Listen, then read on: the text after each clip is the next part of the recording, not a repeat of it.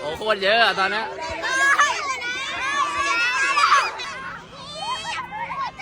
ได้มาลงไปแม่งเลย FC เยอะมากจากน้องสิงโตที่ไม่มีใครรู้จักจนตอนนี้ทุกคน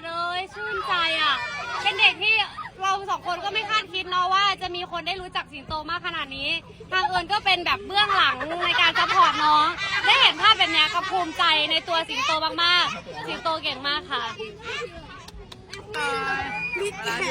โอ้พรีเซนเตอร์เรา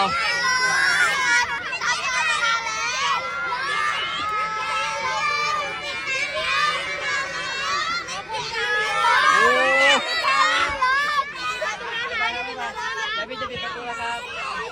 บ๊ายบายบ๊ายบายน้องหน่อยบ๊ายบายบายครับ